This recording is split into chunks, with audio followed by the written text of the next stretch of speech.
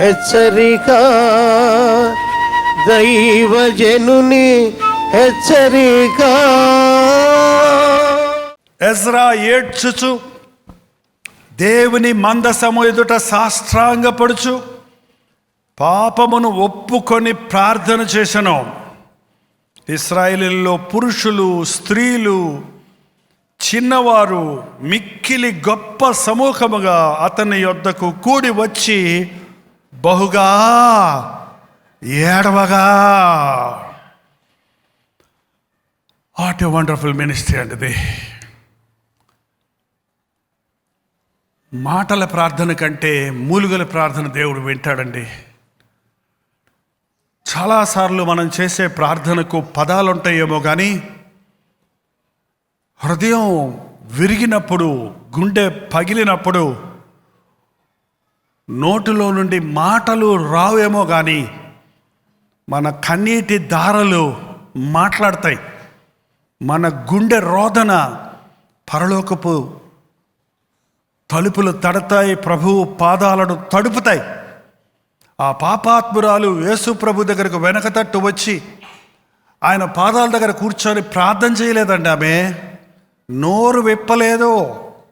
ఏం చేసింది?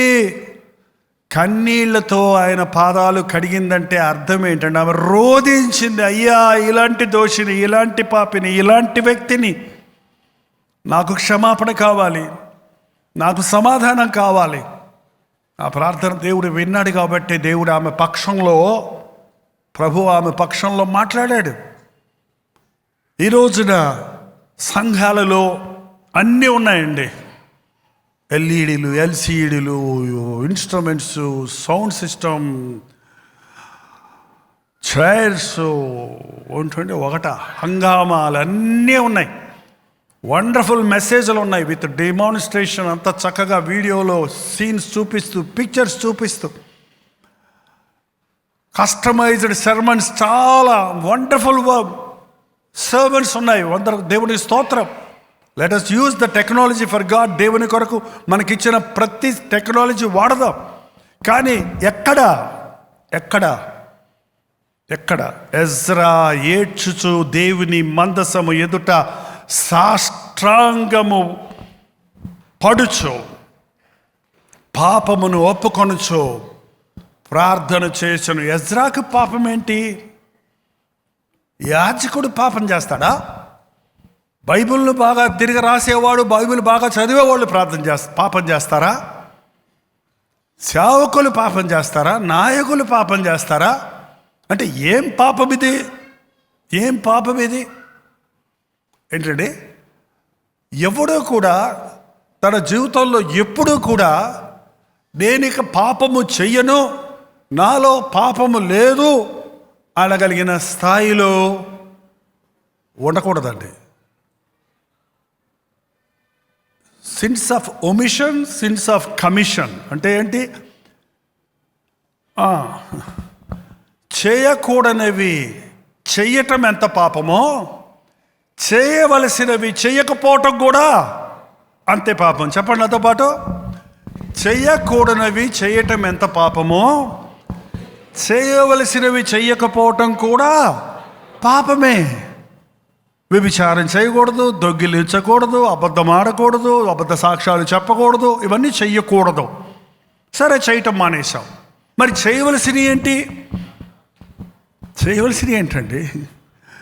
అనుదినము దేవుని సన్నిధిలో ప్రార్థన చేయాలి, దేవునితో సహవాసం కలిగి ఉండాలి, మన దశమ భాగాలు కానుకలు ప్రభువుకు చెల్లించాలి, దేవునికి కృతజ్ఞతాస్తుతులు చెల్లించాలి, దేవుని యందు ఆనందించాలి, సడగకూడదు, గొనగకూడదు, కృతజ్ఞత కలిగిన వారిగా ఉండాలి, దేవుని చిత్తాన్ని ఎరగాలి, దేవుని మాట చెప్పింది చెప్పినట్టు చెయ్యాలి. కొంతమంది ఒక స్టేజ్ దాటేటప్పటికి నేను వ్యభిచారం చేయట్లేదు కదా, నేను దొంగతనం చేయట్లేదు కదా, నేను అబద్ధాలు ఆడతలేదు కదా, నేను పాపుల్లాగా లేను కదా అనుకుంటున్నారేమో. కానీ దేవుడు నీ దగ్గర నుంచి ఆశించింది నువ్వు చేయలేదంటే నువ్వు దోషమే. ఇశ్రాయేలు జనాంగము నాశనమైపోతుంటే చూస్తూ కూర్చుండేవాడు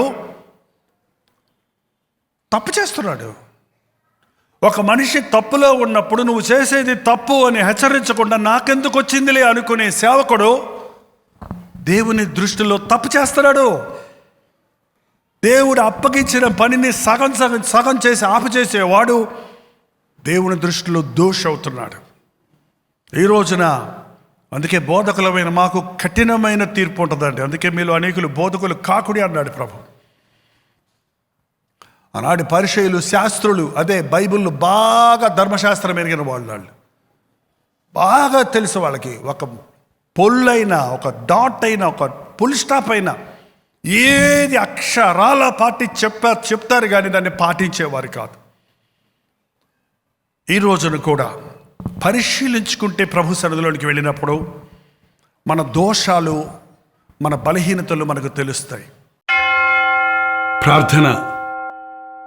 నీవు మెచ్చేవారిగా మమ్మల్ని చేయి నాయన. పరలోకాన్ని కదిలించగలిగిన ప్రార్థనా జీవితాలు మాకు దయచేయము. నిన్ను సంతోషపెట్టగలిగిన జీవితాలు, నీ మనస్సు నెరిగి, నీ చిత్తము నెరిగి, నీ ఇష్టము నెరిగి, నీకు అనుకూలమైన జీవితాలు జీవించినట్లు నీ వాక్యాన్ని పఠించి ధ్యానించుటకు, గ్రహించి అవలంబించుటకు, నూరంతలు ఫలం పొందుటకు మాకు సహాయం చేయి నాయన. నా జీవితంలో ఇంతవరకు నీవు తోడున్నావు. ఇక్కడున్న మా అనేకుల జీవితాలలో నీవెన్నో అద్భుతాలు చేస్తున్నావు. తప్పిపోయిన వారు ఎక్కడ ఉన్నారు ఈ మధ్యాహ్నము తండ్రి? తప్పిపోయిన వారిని నాయన తిరిగి రప్పించమన్నావు కదా. చెదిరిపోయిన ఇశ్రాయేలుల్ని పోగు చేస్తానన్నావు కదా. బలహీనుల్ని బలపరుస్తానన్నావు కదా. గాయపరిచిన వాడిన వారి గాయాలు కడతానన్నావు కదా. మరొకసారి కల్వరి పరిచర్యలను సరిదిద్దు నాయన. ఇది కేవలం విజ్ఞాపన ప్రార్థన వల్లే జరుగుతుందని, మనుషులు తమ తప్పులు గ్రహించుకున్నట్లుగా నీ వాక్య ప్రకటన వలనే జరుగుతుందని ఈరోజు ఎజ్రా జీవితము ద్వారా, అతని పరిచర్య ద్వారా మాకు బయలుపరిచినందుకు వందనములు తండ్రి. పరిశుద్ధాత్మ కార్యాలు అంచెదనములో ప్రపంచమంతటా జరగాలంటే ఎజ్రా వంటి ప్రార్థన విజ్ఞాపనకర్తలను, నాయకులను, సేవకులను, యాజకులను లేవనెత్తము తండ్రి.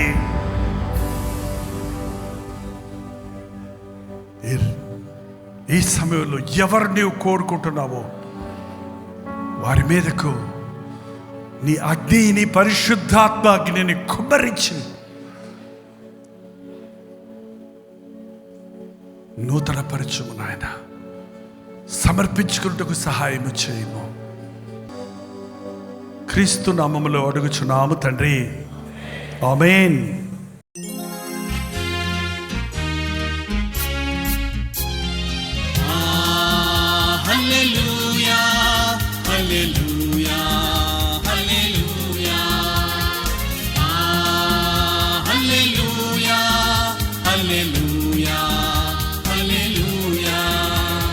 కలువరి ప్రేమే మధురం, కలువరి ప్రేమే మధురం, కలువరి ప్రేమే మధురం, కలువరి ప్రేమే మధురం.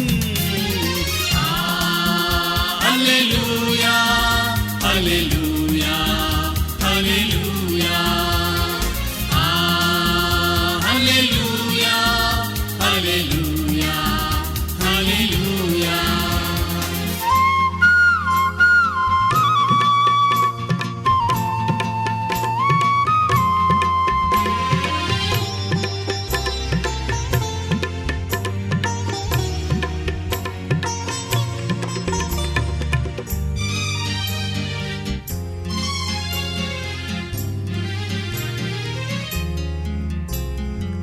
సిలువపైన విలువ త్యాగం చేసినావుగా, పాపినైనా నా కొరకు చిందించినావుగా, రుధిరం చిందించినావుగా. కలువరి ప్రేమే మధురం, కలువరి ప్రేమే మధురం, కలువరి ప్రేమే మధురం, కలువరి ప్రేమ